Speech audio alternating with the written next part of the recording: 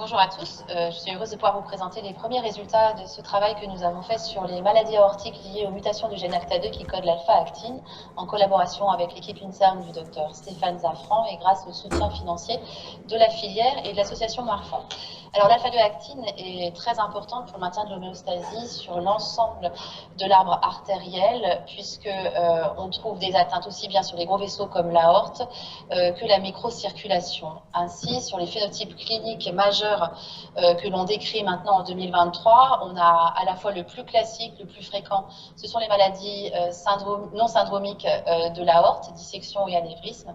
ACTA2 pourrait représenter jusqu'à 20% de ces pathologies. Et puis on a une forme très sévère et très rare qui se définit comme le syndrome de déficience systémique des cellules musculaires lisses et qui semble être en rapport avec les variants ACTA2 en position 179.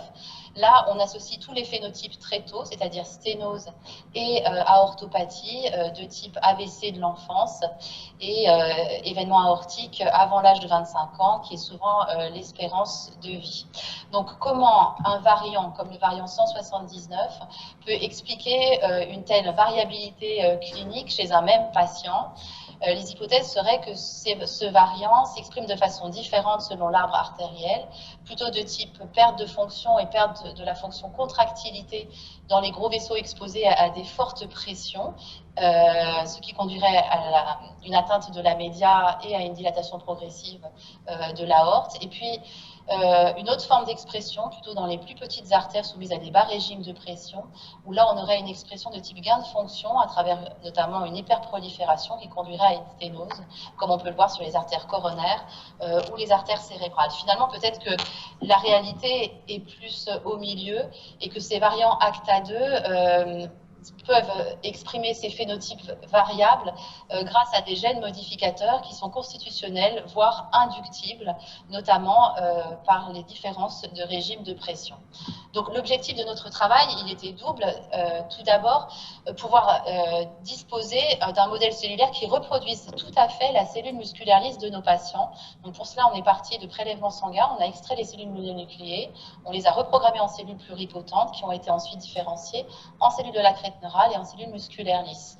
Donc maintenant, on a un protocole qui est bien rodé et qui nous permet en 8 à 10 semaines donc, de produire des cellules musculaires lisses de patients in vitro porteuses du variant ACTA2. Et puis la deuxième étape, c'était de pouvoir analyser sur le plan fonctionnel in vitro plusieurs variants et voir si on arrivait à corréler ça aux variabilités cliniques qu'on avait observées. On a pris comme variant principal le variant 148 qui était présenté par un jeune garçon qui présentait un équivalent du syndrome de déficience systémique des cellules musculaires lisses avec un premier AVC sur sténose cérébrale postérieure à 12 ans, puis une dissection aortique à l'âge de 15 ans.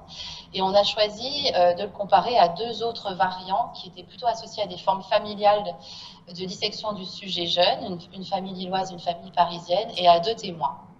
Bien sûr, le variant 148 dans la littérature est plutôt associé à une forme clinique classique d'orthopathie non syndromique. Alors, quels sont les résultats? Déjà, sur la morphologie des cellules, on va toujours prendre comme variant de référence le variant 148.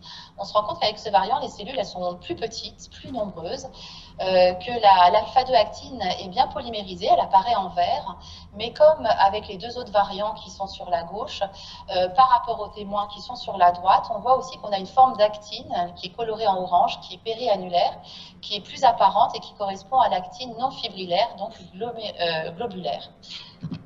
En termes de prolifération, ce variant 148 il se distingue aussi par une hyperprolifération, aussi bien vis-à-vis des contrôles sur la gauche que des autres cas de variants ACTA2.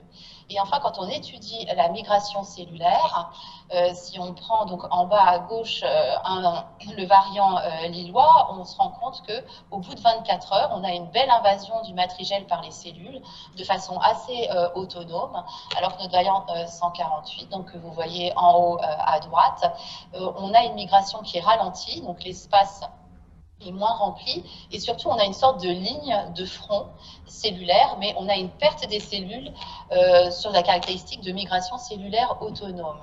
Enfin, sur l'expression donc des gènes au sein de ces cellules, si on compare ce variant ACTA2 au contrôle, c'est assez visuel. Les gènes qui sont très exprimés par les cellules musculaires lisses matures normales, eh bien, sont sous-exprimés, là en bleu en haut, sur les cellules portant le variant 148. Comme si finalement on avait une perte ou un retard de différenciation cellulaire en présence de ce variant. Si on regarde enfin les processus biologiques qui sont portés par ces gènes donne régulée. Il concerne à la fois la différenciation des cellules musculaires lisses, qui pourrait expliquer l'hyperprolifération qu'on a mis en évidence avec ce variant. Ils sont aussi associés à la polymérisation de l'actine, ce qui pourrait expliquer la difficulté de migration cellulaire. Et enfin, ils s'associent aux capacités d'adhésion des cellules musculaires lisses, qui pourraient sous-entendre une altération de la contraction cellulaire. Alors, en conclusion, cette première partie du travail est satisfaisante parce que d'une part, maintenant, on dispose d'un protocole pour avoir un bon modèle de cellules musculaires lisses in vitro avec l'ensemble du génotype du patient.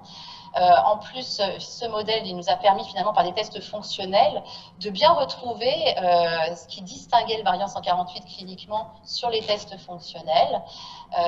Il nous reste maintenant à essayer de comprendre est-ce que cette variation par rapport aux autres variants du 148, c'est indépendamment lié au variant ou c'est associé à d'autres facteurs génétiques. C'est pour cela que nous continuons le projet en mettant en place un nouveau modèle par la méthode de CRISPR-Cas9, en introduisant donc sur des IPS les différents variants pour les étudier en dehors du contexte génétique du patient, et nous pourrons aussi les comparer au variant 179, puisque nous incluons dans notre protocole la seule petite fille qui est porteuse de ce variant en France et qui a rejoint notre étude.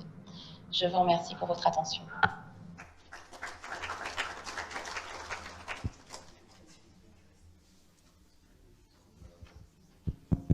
Pour répondre aux questions, là, il faut trouver quelqu'un. Hein.